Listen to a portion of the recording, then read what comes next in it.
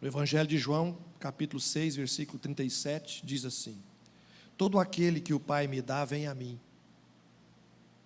e o que vem a mim, de modo algum lançarei fora. Todo aquele que o Pai me dá, vem a mim, e o que vem a mim, de modo algum o lançarei fora. É Jesus dizendo: aquele que foi dado por Deus Pai a Jesus, esse virá a Ele. Mais cedo ou mais tarde, Ele virá ao Senhor.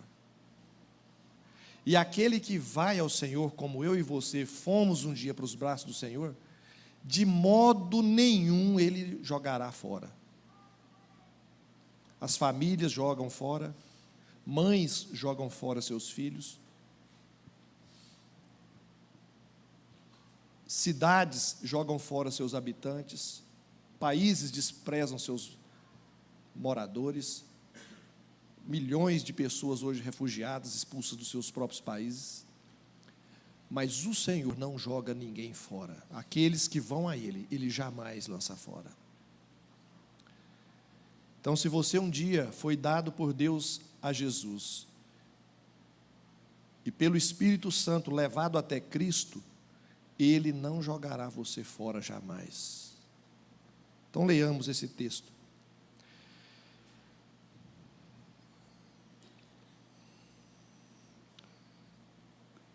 Evangelho de Mateus, capítulo 14, versículo 22. Logo a seguir, Jesus fez com que os seus discípulos entrassem no barco e fossem adiante dele para o outro lado, enquanto ele se despedia das multidões. E tendo despedido das multidões, ele subiu ao monte a fim de orar sozinho. Ao cair da tarde, estava ele só. Entretanto, o barco já estava longe, a uma boa distância da terra, açoitado pelas ondas, porque o vento era contrário. De madrugada, Jesus foi até eles, onde eles estavam, andando sobre o mar. Os discípulos, porém, vendo-o andar sobre o mar, ficaram apavorados e gritaram: é um fantasma. E tomados de medo, gritaram, mas Jesus imediatamente lhes disse: coragem, sou eu, não tenham medo. Então Pedro disse: se é o Senhor mesmo, mande que eu vá até aí, andando sobre as águas. E Jesus disse: venha. E Pedro, descendo do barco, andou sobre as águas e foi até Jesus. Reparando, porém, na força do vento, teve medo. E começando a afundar, gritou: salva-me, Senhor. E prontamente Jesus, estendendo a mão, o segurou e disse: homem de pequena fé, por que você duvidou? Subindo ambos para o barco, o vento cessou. E os que estavam no barco adoraram, dizendo: verdadeiramente o Senhor é o Filho de Deus. Amém, aleluia. Talvez esse é um dos milagres que eu mais gosto da Bíblia. Se você é daqueles que anota na sua Bíblia as pregações, quem pregou e a data, talvez você vai ver que eu já preguei várias vezes nesse texto. Né, Quintino? Um dos sermões que eu já preguei nesse texto é os 3D. Eu gostaria de falar só de um hoje. O primeiro D é o da distração. Pedro ficou tão feliz com aquele milagre de Jesus andando sobre as águas, e não eram qualquer águas, eram águas revoltas, eram tempestades. E uma tempestade em mar é algo terrível. Aqui na igreja eu não sei, tem uns irmãos que são pescadores, alguns recentemente quase perderam a vida deles lá num lago em Tocantins, o Juarez, o Marcelo e o Eliomar. Algum tempo depois, quando eles contavam a história, eles choravam, de tão traumático que foi. Uma tempestade no meio do lago, pescando. De repente o céu fechou, começou a chuva e o vento, e numa pancada só, a onda veio e afundou o barco. E eles ficaram ali, no meio daquela lagoa, daquele lago imenso, sem ter o que fazer. sem saber o que fazer, de noite. Eles nadaram 1h30, 2 horas, até alcançar a margem. 2 horas, mais ou menos, nadando. Um deles estava sem colete. Um deles teve cãibra. E gritou no meio do lago, e o outro, a 15 metros de distância, escutou, veio e socorreu. E chegaram à margem do lago. E agora, como chegar, encontrar socorro, descalço, andando no mato?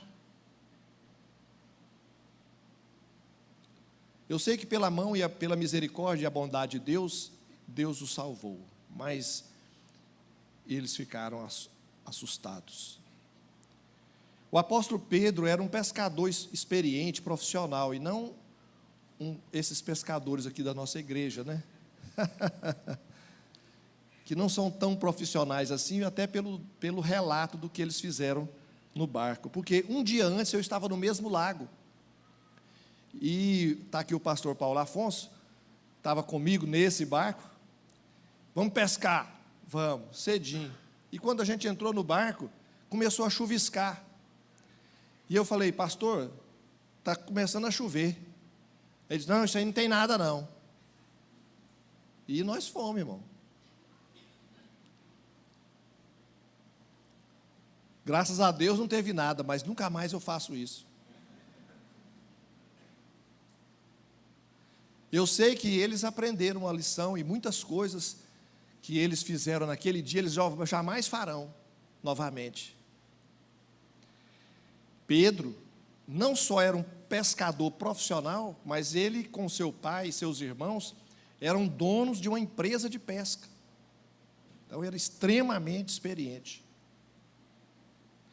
Ele já tinha visto muita coisa difícil na vida de pescador no mar. Mas ele nunca tinha visto alguém andar sobre as águas. Nunca. Eles estavam apavorados no meio daquela tempestade. Do jeito que o texto está escrito, a ideia que nós temos é que Jesus, orando, viu aqueles seus discípulos passando sufoco. Jesus poderia ter sido trasladado imediatamente da montanha até o meio do mar e resolvido o problema. Mas Jesus foi andando alguns quilômetros, talvez 4, 5 quilômetros, sob as águas.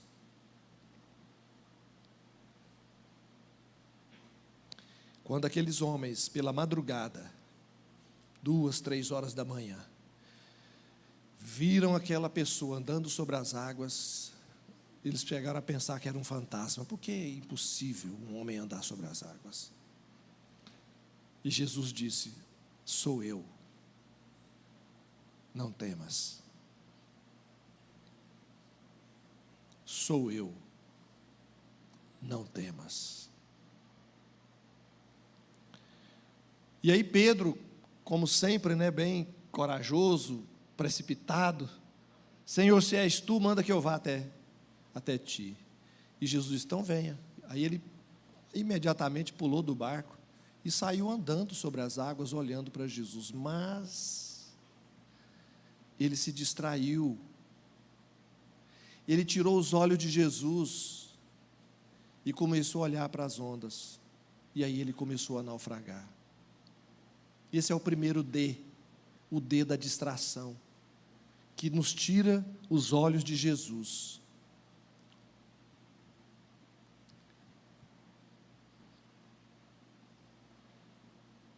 O segundo D é o D da dúvida. Então ele duvidou, porque é de duvidar, meu irmão, é de duvidar, qualquer um duvidaria. Nós cantamos aqui, nós somos frágeis,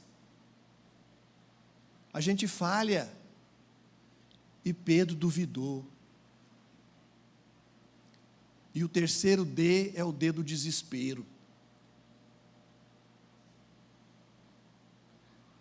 Ele ficou desesperado, irmão. Eu não sei aqui se alguém já afogou Alguém aqui já afogou? Só eu, de mel, há vários irmãos aqui já afogou. A Teca, você também, Teca? Você também, Irenice? Irmãos, eu já afoguei 3 vezes. Depois da 3ª vez, eu resolvi matricular na escola de natação e aprender a nadar. E todas as 3 vezes que eu afoguei, foi em programação da igreja. Então, quando fala que tem... Por isso que eu sou meio avesso a acampamento. Vocês já perceberam? Vai ter acampamento. Ixi, nossa. 3 vezes em acampamento de igreja. A última vez foi lá no El Rancho, em cima daquela cachoeira lá. 90 metros de altura. Eu já ia morrer e já ia descer. Enquanto o meu corpo descia, minha alma já subia para a glória. Irmãos, foi triste, foi tenso. Uma distância como daqui, ali no Gabriel, eu achei que eu dava conta. Veja só, não sei nadar, estou lá em cima do El Rancho, está ali o Lemos, que é especialista em tirar quem morre afogado, né, Lemos? Especialista em como é que fala? Mergulho. O Lemos tinha que estar lá nesse dia, né? Agora não adianta mais, eu já sei nadar. E aí, irmãos, eu olhei assim a ponta da pedra, falei, eu chego lá, e mergulhei e comecei. Irmão do céu. Primeira abraçada, segunda, terceira. Quando eu vi que eu não ia dar conta, eu desesperei. Eu desesperei e pensei, eu vou gritar socorro enquanto eu tenho ar. Aí, socorro! E mergulhei, e caí lá embaixo. E tinha um pastor numa pedra assim, me olhando. Você está rindo? É. Eu queria ver se fosse você que estivesse no meu lugar. E eu mergulhei. Aí eu levantei de novo e gritei socorro de novo. Socorro! E aí os olhos já estavam... Eu estava desesperado. Mergulhei pela 2ª vez. Graças a Deus, irmãos. Tinha um pastor olhando, achando que eu estava brincando. Tem muita gente que eu já vi que morreu afogada assim. A pessoa está lá e as pessoas estão aqui achando que está brincando e a pessoa está morrendo. E aí, irmãos, o Valdinei, cadê o Valdinei? Está aí? O Valdinei e o Euclides, marido da Márcia. A Márcia está aí? Veio não, né? Deve estar lá, vai falar que está na casa dela. Tira a foto aí e prova, viu, Márcia? O Valdinei e o Euclides sabia que eu não sabia nadar. O pastor está afogando. E eles foram lá, meus irmãos, e me arrancar de lá, na unha.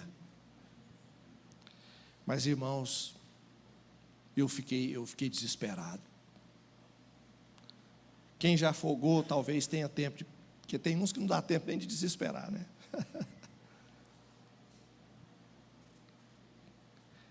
O desespero, irmão.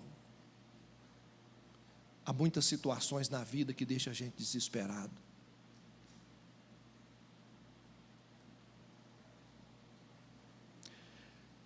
Mas Jesus é Jesus, né?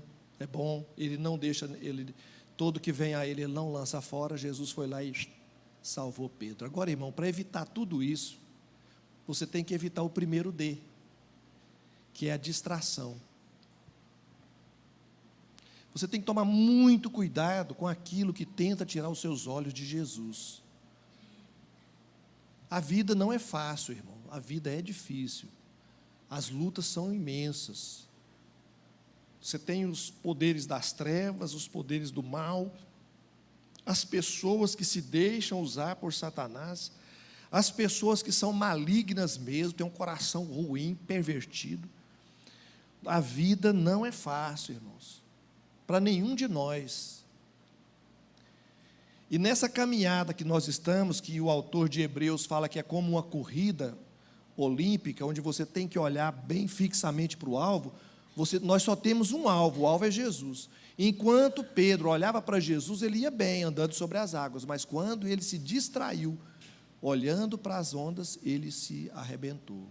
Então nós temos que tomar cuidado com o primeiro D, com a distração. E a distração, ela pode ser interna e pode ser externa. No caso de Pedro, foi externa. Mas eu, por exemplo, tive uma distração interna recentemente. Eu fui ajudar a resolver um problema lá em Manaus, da denominação, E na ida daqui para lá, lendo a documentação, Deus me iluminou a mente e eu descobri o problema maior que estava nos levando até ali. Não havia necessidade nem da gente ter ido lá. Quando chegou lá, reuni a equipe, passei para eles, eles leram, concordaram comigo.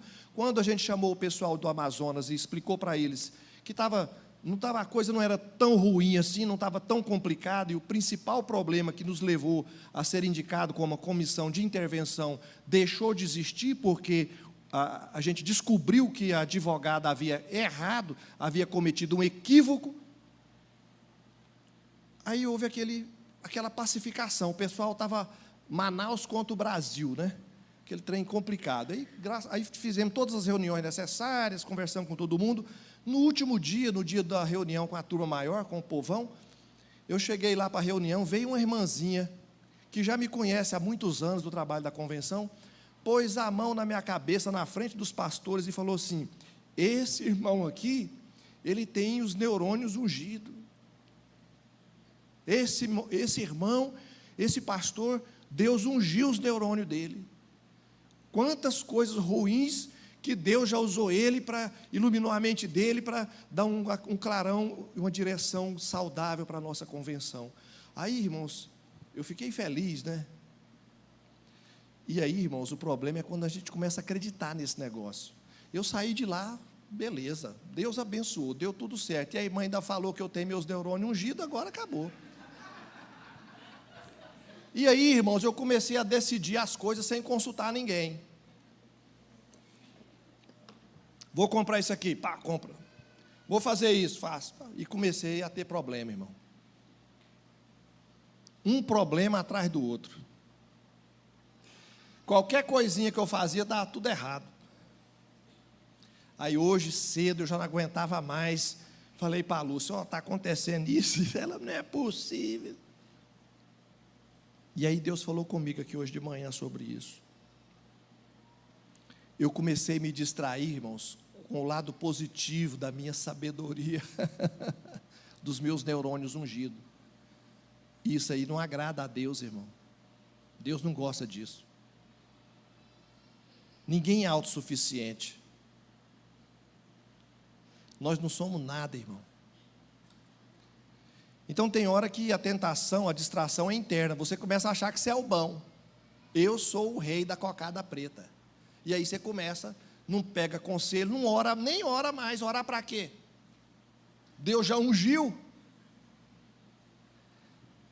Não é assim, irmãos.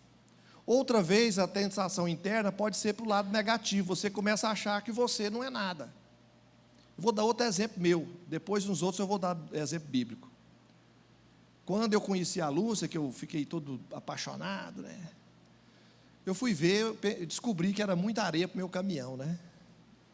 Eu, um menino novo, inexperiente e tal, fake só. O que você pensar de feio aí era eu? Os meus apelidos: saco de osso, Spock, três orelhas, Sagol. Não sei se você sabe disso. A Sagol era uma empresa que mexia com osso. Comprava, ia no frigorífico e comprava os ossos que sobrava lá dos açougues e vendia, não sei, e fazia não sei o que com esses ossos aí. Eram os meus apelidos, imagina. E a Lúcia, irmãos, a coisa mais linda do mundo, né? Inteligente, líder. Eu era um bocó lá na igreja, ninguém me chamava nem para fazer oração. Aí, mas, irmão, se eu ficasse pensando na minha feiura e na belezura dela, eu ia ficar, mas eu confio em Deus, irmão. Aí eu orei e falei: Senhor, se for da vontade do Senhor, mas é aquela lá que eu quero. E comecei a fazer a minha parte, né, irmão? Um perfumezinho, uma camisa melhor e tal, um bate-papo. Mas demorou uns 2 anos, irmão, para esse trem dar certo. E o dia que deu certo, num culto igual o de hoje, num domingo à noite, no mês de abril, lá no comecinho, lá para o dia 10 mais ou menos de abril, terminou o culto, eu estava no louvor, estava lá guardando os instrumentos, chegou uma irmã e falou assim: ó, tem uma moça aqui na igreja que está apaixonada por você. Eu falei assim: ah, é? Quem? É bom, né, saber que alguém gosta da gente. Quem é? Não, você tem que adivinhar. Irmão, é muito preciosismo, né? Falei, minha filha, os adivinhos não herdarão o reino dos céus. Não, mas tira a Bíblia desse negócio aí. E eu fui falando o nome das moças da igreja tudo e não falava o da Lúcia, porque eu não acreditava que podia ser ela. Aí quando eu terminei a lista que não apareceu o da Lúcia, ela falou assim, é a Lúcia. Eu falei, não é possível. Aí minhas pernas bambeou e tal. Então, às vezes, você fica olhando para você, para suas imperfeições, para suas limitações, e fica achando que aquilo não é para você. Você tem que olhar para Jesus, irmão. Não é para suas limitações e nem para suas possibilidades. Se você confiar demais em você ou de menos em você, isso não é esse o caminho. O caminho é confiar e olhar para Jesus. O outro lado, irmãos, são as tentações para distração externa, que pode ser uma situação muito favorável. Você está cheio de saúde, cheio de vigor, né? Cheio de dinheiro, cheio de amigos, aí você pensa que o mar está para peixe, aí você vai, deixa comigo. Não, irmão, Deus não gosta dessas coisas. Olha o povo de Israel no capítulo 4 de 1 Samuel. Foi desse jeito. Eles tinham um problema para resolver com os filisteus. O que eles fizeram? Reuniram a turma, trouxeram a arca, fizeram um cultão abençoado, pentecostal. O culto foi uma bênção, meus irmãos. O louvor foi tão grande que lá no arraial dos filisteus, eles escutaram o barulhão de glória a Deus e ficaram com medo. Nós vamos levar uma ataca desses judeus aqui, desses israelitas agora.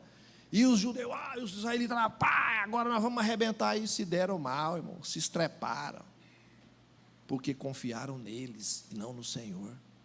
Mesmo com culto, irmão. Muitas vezes a gente faz culto, faz campanha, mas a gente está confiando na gente. Eu sou um crente tão poderoso, jejuo tantas vezes por dia, dou o dízimo. Eu não sou igual a esses irmãozinhos aí, não. Ó, eu sou bom. Irmão, é esse que Deus gosta de bater bem no meio da muleira para ele aprender a ser humilde. As situações externas eram favoráveis a Israel naquela batalha. Mas eles não estavam olhando para o Senhor, eles estavam olhando para eles, para aquela situação que era favorável. Por isso eles foram envergonhados e humilhados. Também pode ser uma situação externa, desfavorável, como foi o caso de Pedro. Quando ele viu o tamanho daquelas ondas, quando ele tirou os olhos de Jesus e começou a olhar para o tamanho das ondas, mesmo com toda a experiência que ele tinha como pescador, como homem que sabia nadar e lidar com o mar, ele ficou desesperado. Assim é eu, assim é você. Se a gente for olhar para o tamanho das ondas, nós vamos ficar desesperados, vamos encher o coração de dúvida. Se a gente ficar olhando para a nossa capacidade, nós vamos estar afrontando o Senhor. Deus não gosta de soberba. A Bíblia diz que Deus resiste ao soberbo, mas dá graça aos humildes. Deus tem pavor da soberba. Pessoa que acha que é muita coisa, que é autossuficiente, que pode todas as coisas, mas Deus ama os humildes, aqueles que reconhecem que eles dependem completamente e totalmente do Senhor. Querido irmão, querida irmã, a nossa vida pertence ao Senhor. Esse texto que eu citei de João capítulo 6, que está no mesmo contexto desse milagre, lá em João, Jesus, logo depois desse milagre, ele chega num determinado lugar e ele começa um discurso, e nesse discurso ele diz essas palavras: todo aquele que o Pai me dá vem a mim, e o que vem a mim de modo nenhum o lançarei fora. Então, irmão, você, nós temos que olhar, não é para as nossas circunstâncias internas, positivas e negativas, porque nós temos tanto negativas quanto positivas. Nós também não devemos ficar olhando para as circunstâncias externas, tanto positivas, que são muitas, quanto negativas. Não, irmãos, nós temos que olhar para Jesus, o autor e consumador da nossa fé. É para Ele.